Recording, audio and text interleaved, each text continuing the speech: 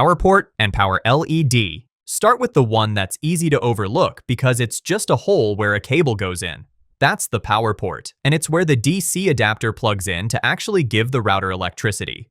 Here's the part most people don't know. That adapter isn't universal. Each one is rated for a specific voltage and amperage, and if you lose the original and grab a random replacement that looks like it fits, you can genuinely damage the router if the output doesn't match, either underpowering it so it randomly reboots or overpowering it and frying the internal components. Always match the numbers printed on the original adapter, not just the plug shape.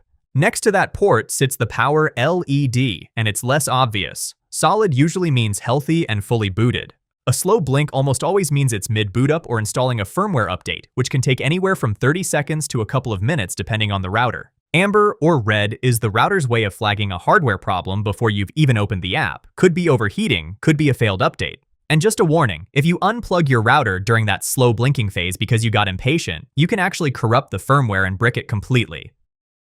Internet or WAN light and WAN port.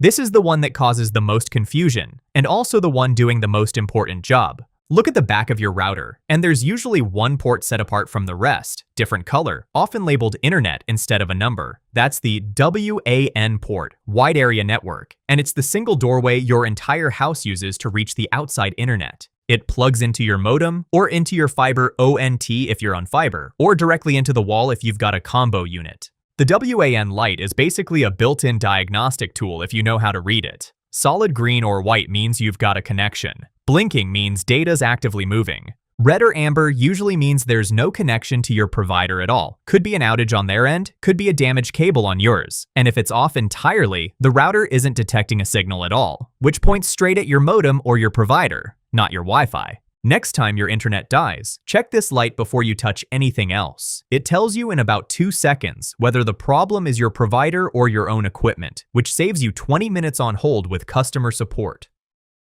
LAN ports and LAN lights. Right next to the WAN port sits a cluster of identical ports, usually 4, sometimes 8 on bigger routers. These are LAN ports, Local Area Network, and it genuinely does not matter which one you use. Port 1 and Port 4 behave identically.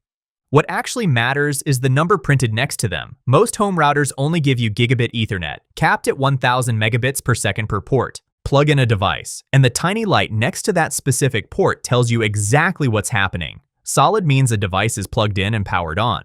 Blinking means data's actively flowing to or from that device right now. Off means either nothing's plugged into that port, or whatever's on the other end is turned off. Not a router problem at all. That's a genuinely useful troubleshooting detail. If a wired device isn't working, check that specific port's light before blaming your whole network. Wired will basically always beat Wi-Fi for stability because there's no interference, no walls, no other devices fighting for airtime, which is why competitive gamers and anyone doing video calls for work still bother running an actual cable across their living room floor like it's 2004.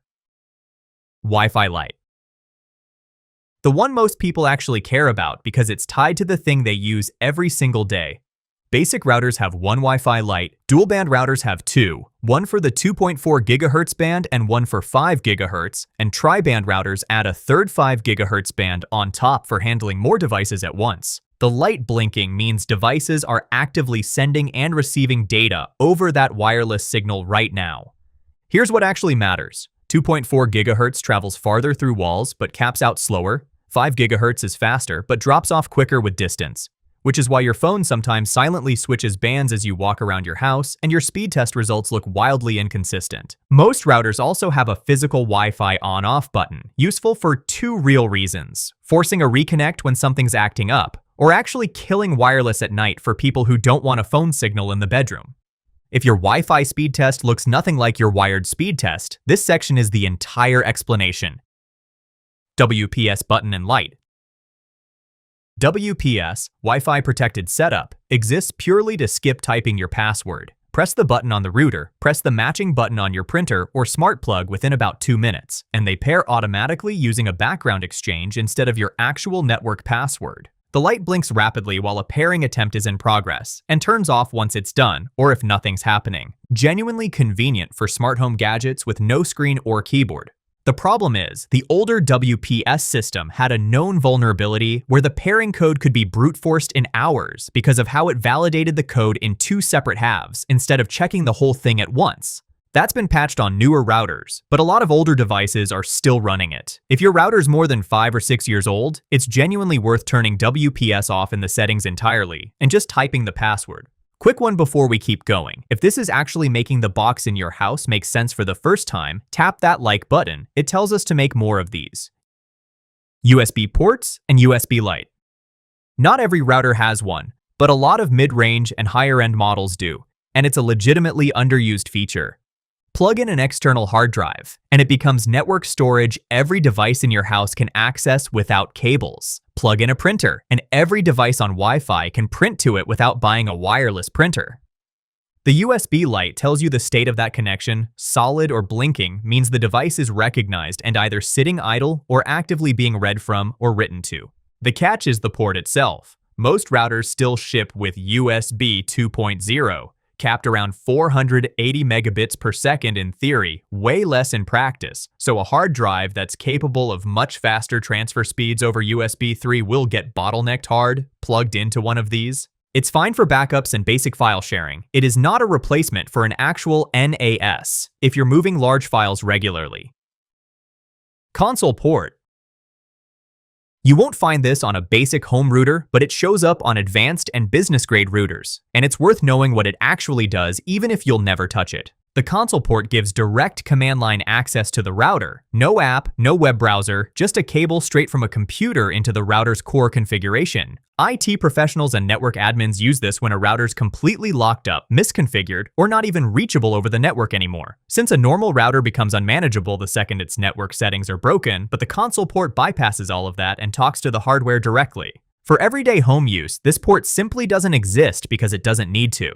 For network engineers, it's the difference between fixing a problem in 2 minutes versus driving to a server room at 2 a.m.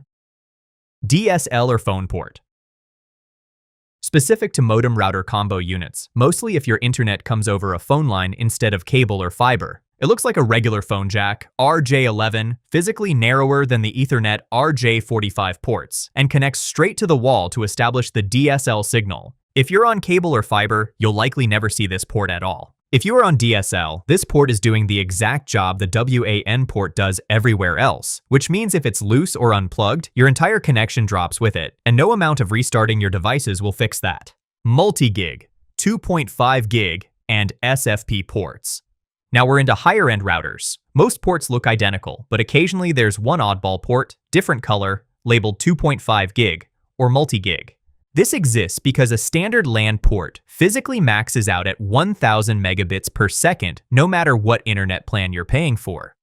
If your provider actually gives you 2 or 5 gigabit speeds and you're plugging your main computer into a regular port, you are mathematically incapable of hitting your paid-for speed. The port itself is the bottleneck. On the true enthusiast end, some routers include an SFP port, which accepts a fiber module directly, skipping copper entirely for even higher throughput with lower latency. Most people will never plug anything into this port in their entire life. The small number of people who do will absolutely bring it up unprompted at dinner. Reset button.